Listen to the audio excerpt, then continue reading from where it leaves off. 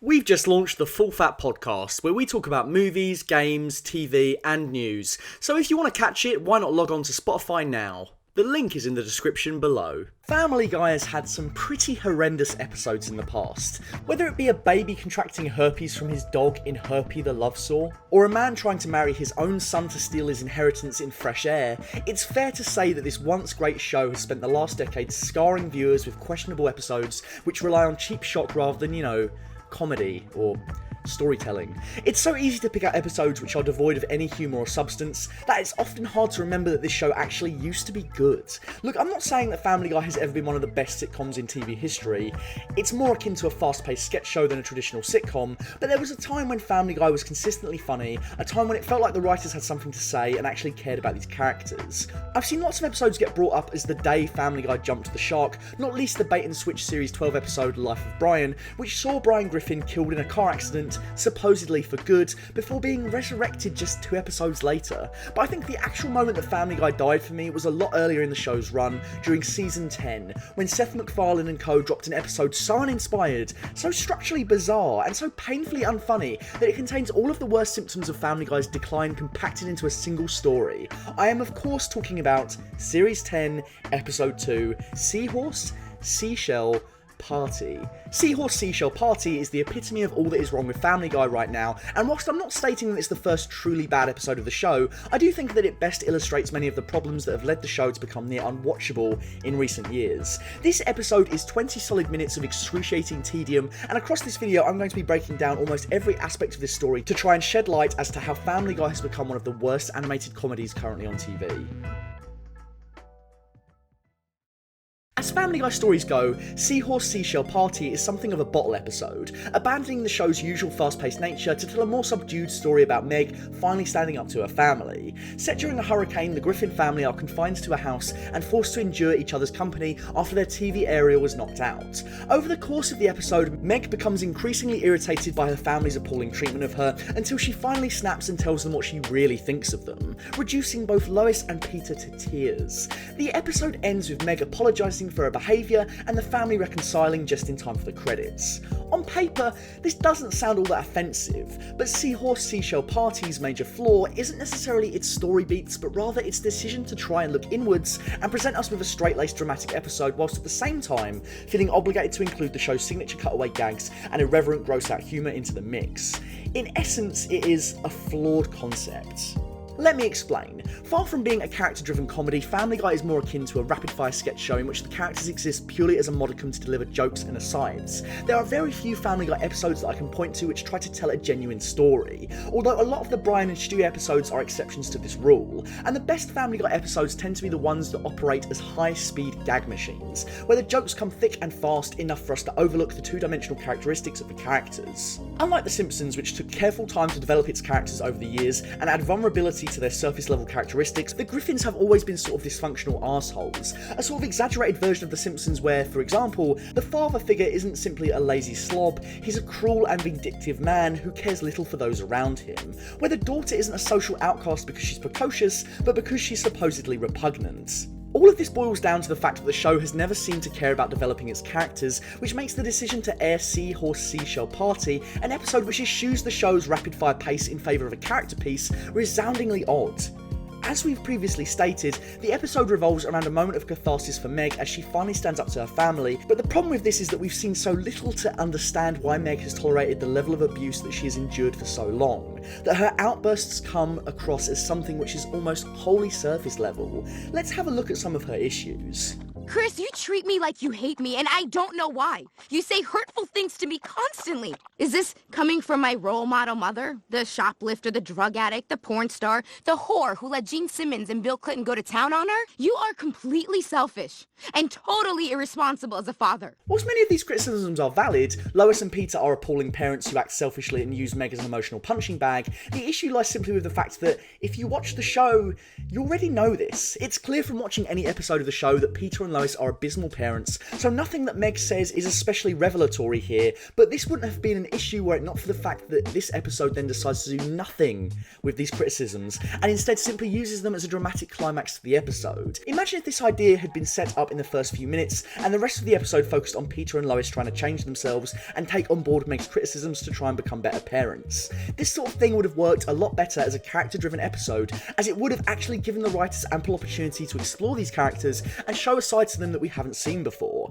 If you're going to break the format and give us something dramatic, then you need to do something with it. Otherwise, it seems more like a gimmick than anything else. But no, instead all we get from this episode is Meg pointing out to the audience something that is apparent from the get-go. This is the dramatic equivalent of a character telling SpongeBob SquarePants that he's yellow. It's cheap, reveals nothing more about the characters, and feels lazy. It's a joke without a punchline. The show did previously attempt a somewhat successful bottle episode in the form of its 150th episode, Brian and Stewie, but that episode wisely decided to eschew cutaway gags altogether in favour of a focus on storytelling, whereas Seahorse Seashell Party crams itself with distractions and so leaves little room for its dramatic beats to show us a new side to its characters. This issue bleeds into all of Family Guy's attempts at dramatic episodes like Screams of Silence, Internal Affairs, and Send in Stewie Please, where the show attempts to address serious issues but gets distracted by feeling the need to slot aside some weak jokes in the middle of the drama. These episodes also have the same issue with only addressing their topics of choice at a surface level, although to be fair,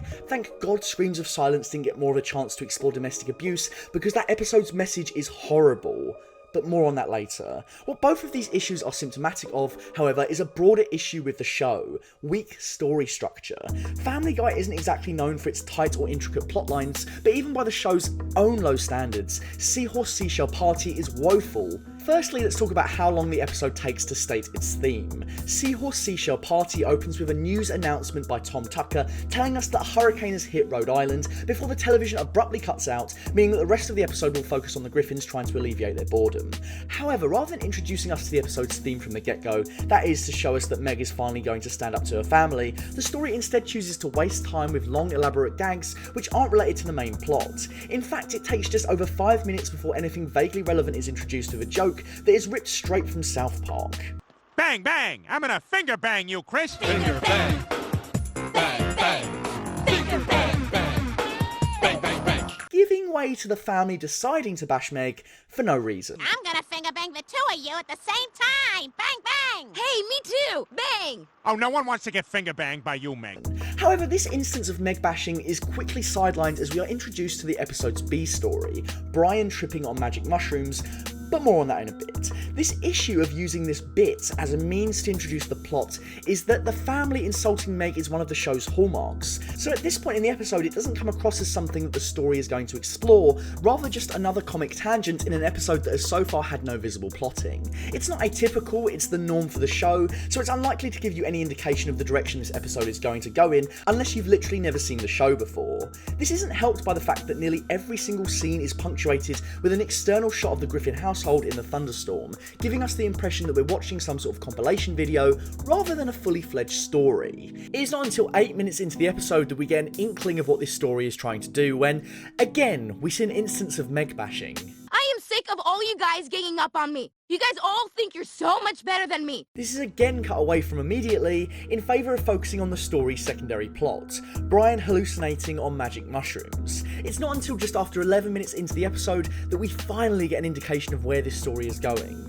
Look, Meg, I don't know what your problem is. I thought Dad's humming was pretty entertaining. You know what? This is what I'm talking about. This is a perfect example. I've watched this episode many times, mainly out of perverse curiosity, and until recently I was never able to put my finger on what felt so structurally odd about the story. That is until I started counting the scenes. Seahorse Seashell Party is split into 20 distinct scenes of varying length across its 20-minute runtime. These scenes can be roughly categorised as scenes related directly to the main plot and scenes with no relevance to the plot whatsoever. If we remove the scenes which don't focus on the main plot, we're left with only 8 scenes which total approximately 10 minutes of the episode episode's runtime, which means that close to half of the episode's runtime is concerned with action that isn't directly related to anything. Moreover, the middle portion of the episode, the second act, runs for approximately 5 minutes, which leaves just 2.5 minutes for the setup of the episode and 2.5 minutes for the conclusion. Bear in mind that, as I've already mentioned, the setup for the episode doesn't even occur until close to the 10-minute mark, which means that an uneven amount of time is taken up with content which doesn't directly impact upon the main story. Rather than the 3 acts being spread evenly across 20 minutes, they're squashed into 10, and this makes it near impossible for the episode to offer us anything in the way of a clear narrative message or to explore the themes it's trying to look at. Moreover, a common trap that Family Guy falls into is to overextend gags past the point that they're funny in the hope that if they continue, they'll become funny again. I'm going to nickname this method the rake technique because it was popularised in adult animation by a sequence in The Simpsons episode Cape Fear, in which Sideshow Bob stands on rakes repeatedly. This gag works because there's a clear structure to the joke. First, Sideshow Bob is hit by a rake, then he gets hit by rakes again, we start to get bored by this, but then there's a bit of intrigue. Finally, the second punchline. We pan out to a wide and reveal the source of the rakes. This elongated joke is funny because it's not really one joke, it's several jokes compacted into a single sequence. Contrast this with Family Guy's attempt at the same gag. I got an idea. How about you all sit there quietly while I make dad noises? In this dad noises joke, Peter just continues to make noises over and over again, the basic rhythm of the joke never really changing over the entire minute this goes on for. Oh my. Then he simply retreats upstairs and the episode cuts to a new scene. There isn't really a punchline to this bit, it just goes on until it's filled its prerequisite runtime. The same can be said for the episode's second elongated gag, in which Peter simply hums the Indiana Jones theme for a full minute.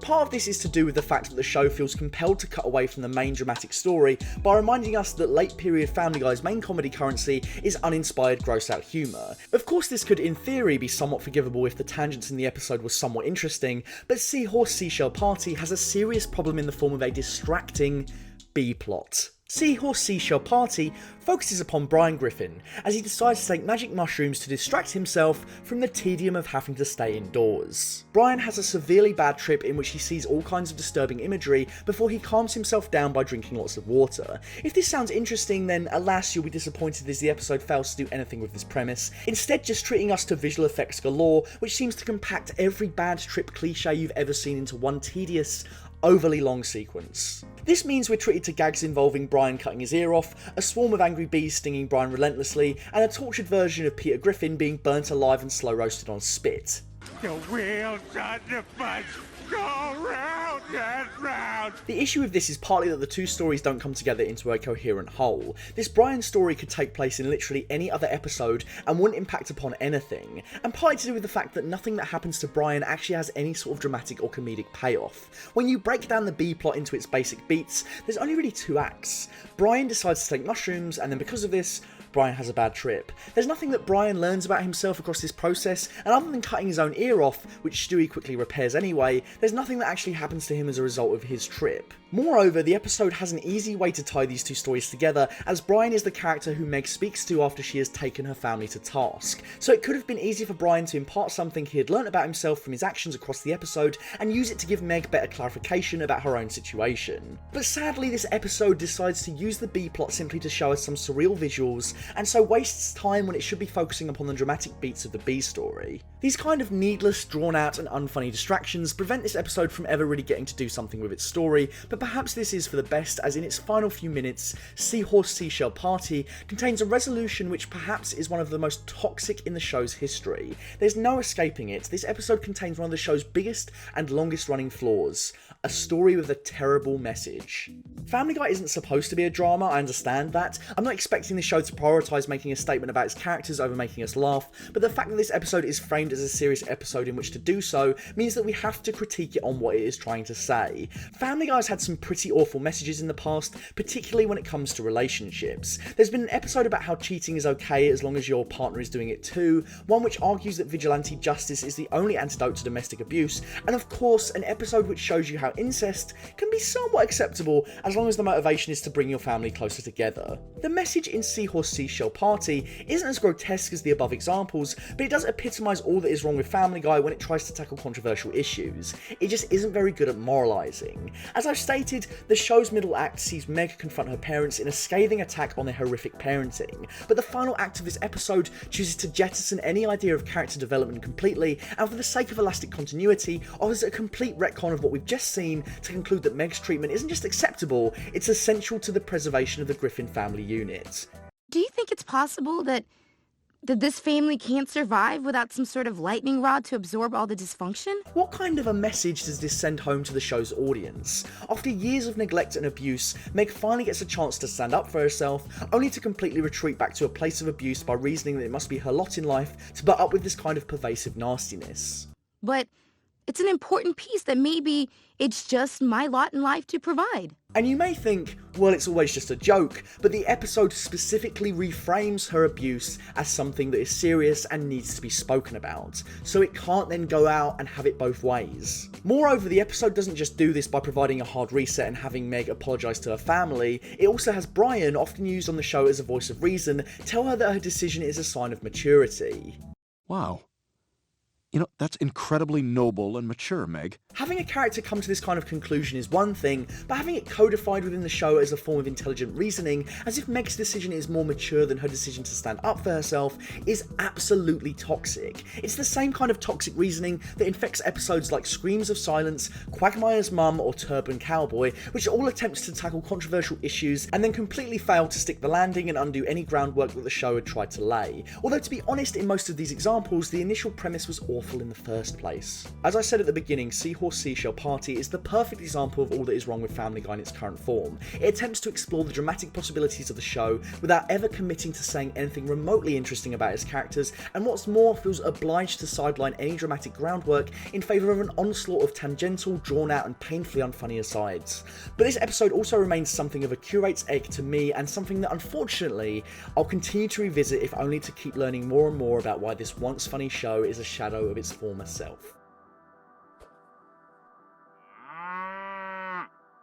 Thank you for watching another Full Fat video. If you'd like to see more from Full Fat videos, why not follow us on Instagram and Twitter? Please consider becoming a patron on Patreon. We've got some cool exclusive content on there. Thank you to our $100 patrons, Dr. Chike and Jax Merrick. Chris and I really appreciate it. Until next time, stay milky.